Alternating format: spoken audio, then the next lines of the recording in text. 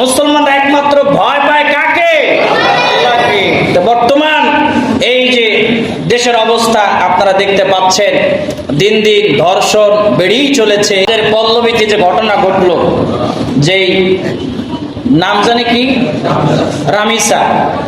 রামিসা ঘটনা আপনারা দেখেছেন, এটা সারা বিশ্ব নাড়া দিয়েছে, ঠিক কিনা জোরে বলেন?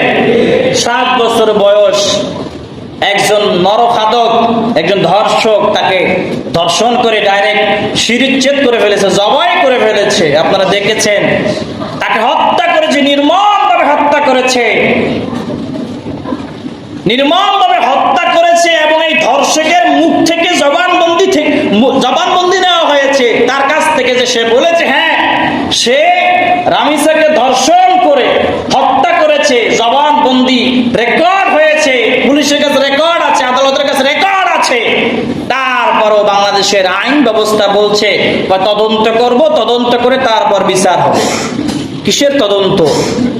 আসামি তো নিজে বলছে যে হ্যাঁ সে ধর্ষণ করেছে, আবার তদন্ত কিসের? আপনারা সে মাগুরার আসিয়ার কথা ভুলে গেছেন।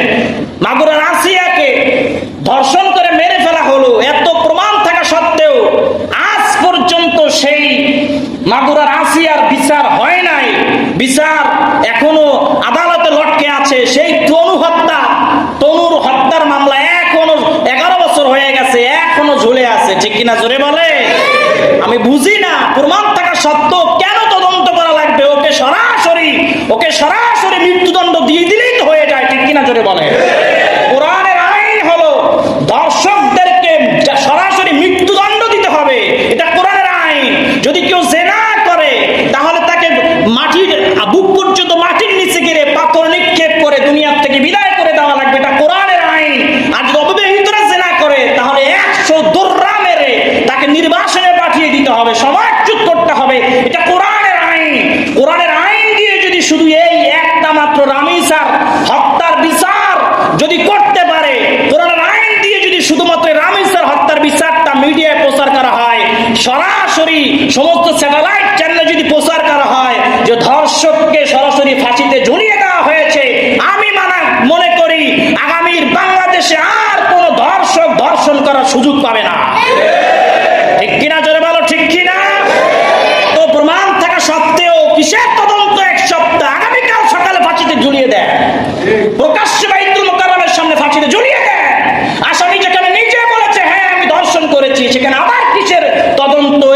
এই সমস্ত সংবিধানের দোহাই দিয়ে, এই সমস্ত সংবিধানের মার কাছে ফেলে অসংখ্য মানুষ বিচার পায় না।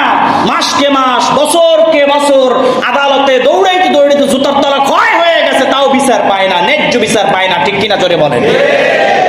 তাহলে আমরা চাই এই বাংলাদেশে এমন আইন পাশ করা হোক, দর্শকদের একটাই শাস্তি মৃত্যুদণ্ড। কি জোরে বলেন? একটাই শাস্তি, কি জোরে বলেন? দর্শকদের একটাই শাস্তি মৃত্যুদণ্ড। এই পক্ষে কে কে রাজি আছেন? আল্লাহ কবুল করুক, আমিন বলে। আরো জোরে বলেন আমিন, আরো জোরে বলেন আমিন। আপনারা কি রাগ করলেন? আবার রাগ করলেন বললাম, এটা আবার ওই যে ভাইরাল হয়েছে এদিকে কইছি তা না। আমি এমনি তো বলি যে বয়ানের যখন একটু হিট দিয়ে কথা বলি, এরপর কিন্তু আমি বলি যে রাগ করছেন, বলি না। এটা আমি ওই ভাইরাল জিনিস আমি কথা বলি না, যেগুলো এমনি ফাও বিষয়। কি বিষয়? কিন্তু এই যে কথাগুলো বললাম এগুলো গুরুত্বপূর্ণ বিষয়, ঠিক কিনা জোরে বলে?